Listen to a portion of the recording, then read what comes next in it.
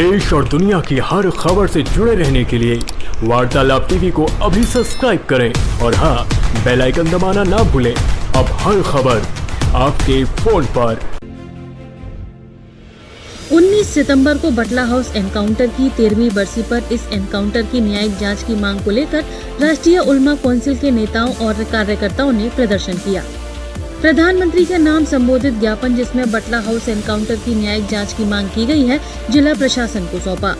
13 सितंबर 2008 को दिल्ली में serial blast के बाद 19 सितंबर 2008 को ही दिल्ली में बटला एनकाउंटर हुआ था, जिसमें आजमगढ़ निवासी 2 युवकों की मौत हुई थी और एक फरार हुआ था।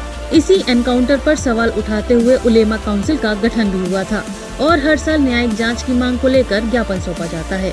राष्ट्रीय उलेमा काउंसिल के पार्टी प्रवक्ता तलहा रशादी ने कहा कि इस एनकाउंटर के बाद कांग्रेस सरकार ने अपने कानूनी कर्तव्यों का पालन सही तरीके से नहीं किया, जबकि सीआरपीसी की धारा 176 के अंतर्गत किसी भी प्रकार के पुलिस टकराव में अगर किसी व्यक्ति की मृत्यु होती है तो उस घटना की मजिस्ट्रेट जाँच करवाना अनिवार्य होता है।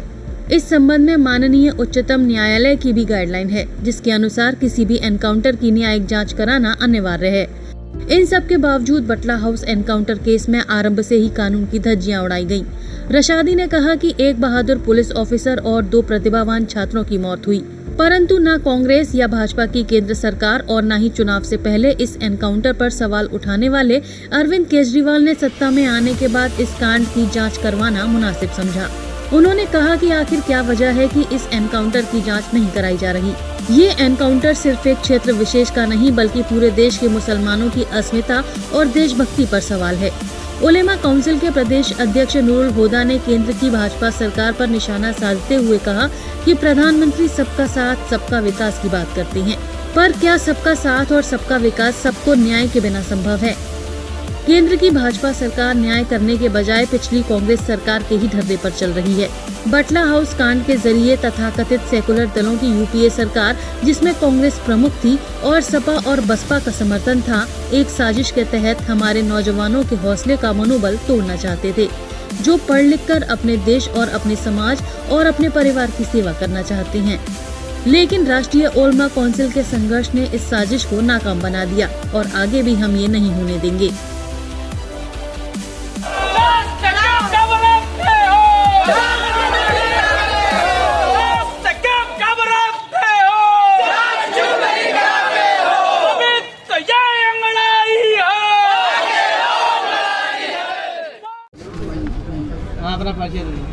मैं तलहा रशादी, प्रवक्ता राष्ट्रीय उलमा काउंसिल। आज देखिए, आज 19 सितंबर है। बटला हाउस की आज 13वीं बरसी। आप जानते हैं 19 सितंबर 2008 में दिल्ली के ओखला बटला हाउस में एक इनकाउंटर हुआ था, जिसमें आजमगढ़ के 2 युवा और प्रतिभावान छात्रों का एनकाउंटर हुआ और उसमें इंस्पेक्टर मोहन चंद शर्मा, जो एक प्रतिभावान इंस्पेक्टर थे, उनकी भी मृत्यु हुई। हम 19 सितंबर 2008 से लेकर आज तक लगातार इस बात की मांग कर रहे हैं कि बटला हाउस फर्जी इनकाउंटर की न्यायिक जांच होना चाहिए, जो कि संवैधानिक मांग भी है, कानूनी भी है, क्योंकि सीआरपीसी की धारा 176 कहती है कि किसी भी ऐसा इनकाउंटर जिसमें किसी की मृत्यु होती है, उसकी न्यायिक जांच होना चाहिए। तत्कालीन कांग्रेस सरकार ने सिर्फ अपनी किरकिरी होने से बचाने के लिए उस वक्त के गृह मंत्री के आदेश पर यह फर्जी इनकाउंटर किया गया था, ताकि दिल्ली ब्लास्ट जिसके जो सच्चे अपराधी थे, जिसको पकड़ा नहीं जा सका, इन बच्चों पर उसका आरोप बना जा सके।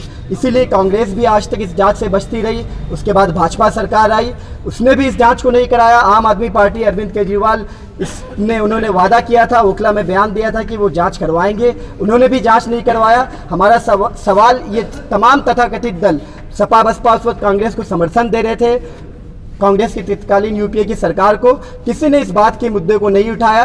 बटला हाउस का ये जो मुद्दा है, ये सिर्फ एक ज़िले तक सीमित नहीं है, ये एक समाज तक सीमित नहीं है, एक क्षेत्र तक सीमित नहीं है, ये हिंदुस्तान के 25 करोड़ मुसलमानों की अस्मिता और सम्मान की लड़ाई है कि ये हमारे दामन पे एक दाग लगा हुआ है, और जब तक ये दाग मिट नहीं जाता, राष्ट्रीय उलमा काउंसिल ऐसी ही संघर्ष करती रहेगी। बटला हाउस की जब तक न्यायिक जांच नहीं हो जाती, हमारा ये आंदोलन, हमारा ये संघर्ष जारी रहेगा।